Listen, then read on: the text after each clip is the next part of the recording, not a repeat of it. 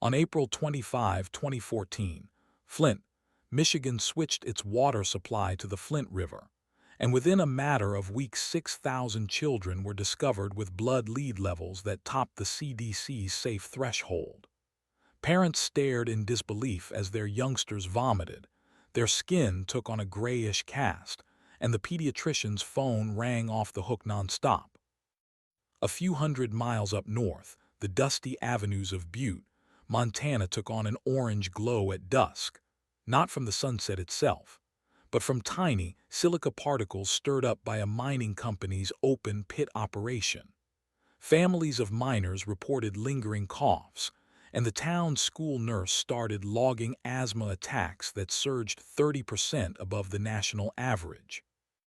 What ties these two scenes together is a single chilling fact: a profit-first corporate call that left whole towns breathing poison.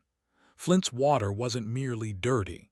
It was lead-laden after a cost-saving shortcut skipped essential corrosion control, a detail highlighted in a visual capitalist timeline of the crisis. Source: Visual Capitalist. Com. Over in Butte, the mining company dodged new dust control rules, exploiting a loophole that let them keep the cheapest, yet most dangerous extraction method. Source: Voronoi. Com. Picture a lone pipe bursting at 3:47 a.m., sending a flood of water into a neighborhood that should have been safe to drink. Now picture a gust of wind whisking a cloud of fine metal dust onto a school playground, where kids play while inhaling particles that can scar lungs for a lifetime. The hidden price isn't just dollars, it's carved into the very DNA of these communities. A 2019 study cited by Good Jobs first found that property values in Flint fell by 27% after the crisis, while health care bills for affected families ballooned. Source: goodjobsfirst.org. In Butte, a recent lawsuit filed through RGRD Law points to over $1 billion in projected cleanup and medical costs that the company still hasn't addressed. Source: RGRD Law. Com. Big corporations have gotten pretty good at sidestepping responsibility. They lobby for regulatory flexibility, claim new standards would hurt the economy, and then sit back as their pollutants seep into tap water, soil, and air. The gap between a firm's profit report and the EPA's rulebook update can stretch years, handing toxic practices a free-run window. Communities end up shouldering the bill: medical expenses, lost wages, and the intangible cost of watching a generation grow up with chronic illness. In Flint, families still wrestle with affording clean water filters, while in Butte, local schools have installed air purifiers that run $150,000 each, a price the town can't fully cover. Source: Visual Capitalist. Com. And the problem doesn't stop at water or dust. Think about the countless factories spewing invisible chemicals into the air, pipelines leaking oil into rivers, and abandoned sites where corporate cleanup promises vanish faster than the pollutants themselves. Who foots the bill when the corporate balance sheet stays spotless, but the community's health ledger runs red? I've spent years combing through EPA filings, corporate disclosures, and community health records to piece this puzzle together. The data is stark, the stories are real, and the stakes loom larger than any quarterly report can ever capture.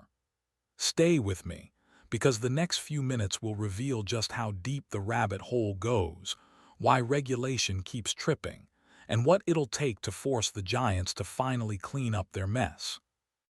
Let's kick things off with the Riverbend chemical spill back in '98. Think of it as the classic tale where one company's little oops turns into everyone's nightmare for decades.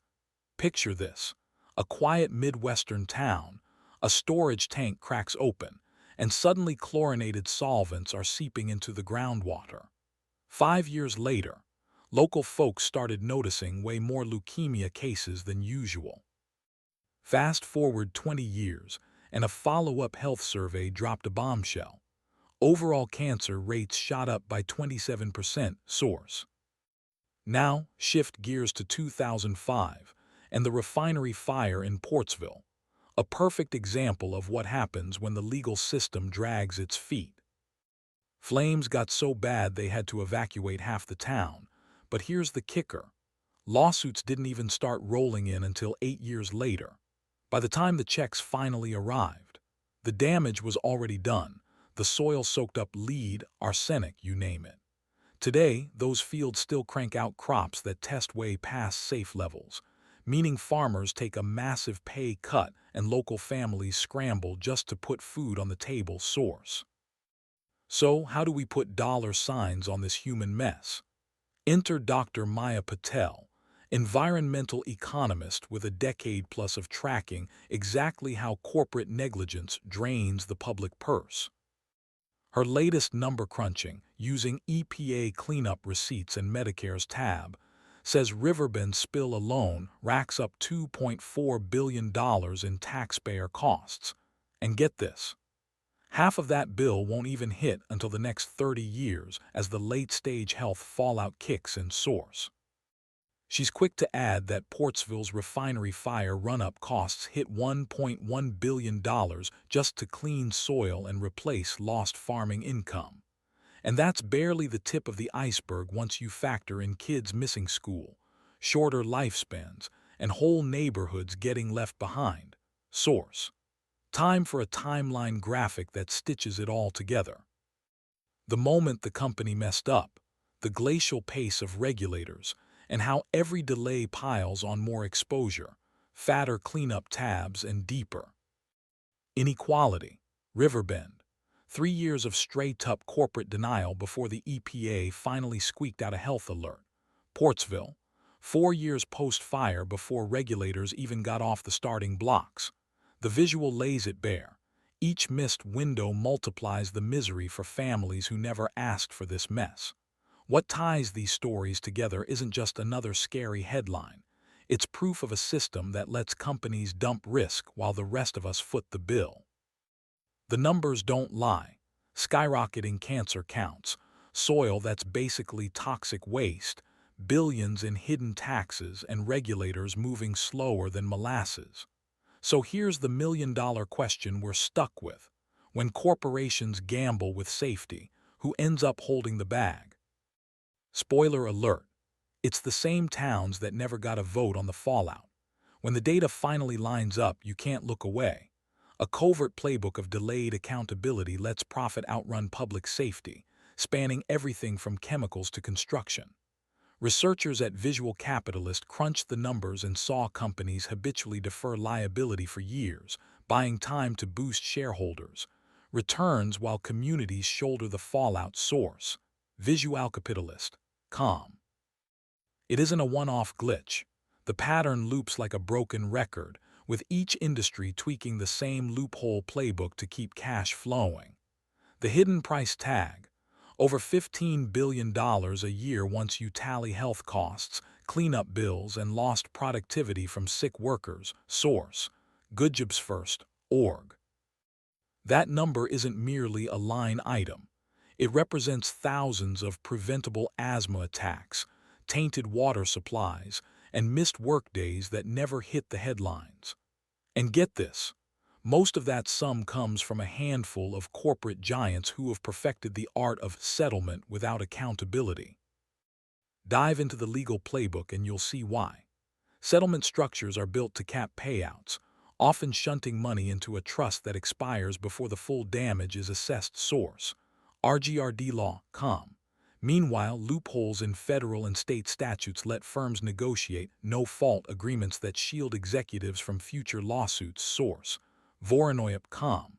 The result? A company can spend a fraction of the real cost, walk away, and keep operating as if nothing ever happened. That's the crux of the climax. The system isn't broken by a few bad actors, it's built for them. The delay isn't accidental. It's a calculated buffer that lets cash flow while communities scramble to patch the damage. When the hidden cost finally hits the $15 billion ceiling, it signals the cost-shifting playbook is working at scale, and the public ends up paying the bill. The takeaway. Until the legal scaffolding is ripped down, the pattern will keep repeating, and the true toll will stay hidden in the shadows. So the next time a headline touts a settlement, remember the fine print. The real cost is still out there, waiting to be counted. All right, here's the kicker. Each buck these big firms shave off now ends up as a bill their kids will foot later. That cheap item. Sure, it looks low price because the actual price tag is being paid elsewhere: cleanup crews sifting poison dirt, hospitals caring for avoidable illnesses, taxpayers picking up the tab while the profits sail offshore. Source: goodjobsfirst.org. And get this, if we don't overhaul the system, we'll just keep looping this nightmare over and over. Future generations won't just inherit climate chaos. They'll also inherit the same corporate playbook, the same loopholes, the same excuse-laden play. Source: Voronoi.com. So what's the move? Easy. We need to demand accountability, ring your representatives, turn up at town halls, back watchdog groups like Good Jobs First that have been shining a light on this for years. Source: goodjobsfirst.org. Because the fact is, power won't police itself. And if we sit still now, yeah, don't come crying that we didn't warn you. Now smash that subscribe button. We're about to dig into who's really pulling the strings.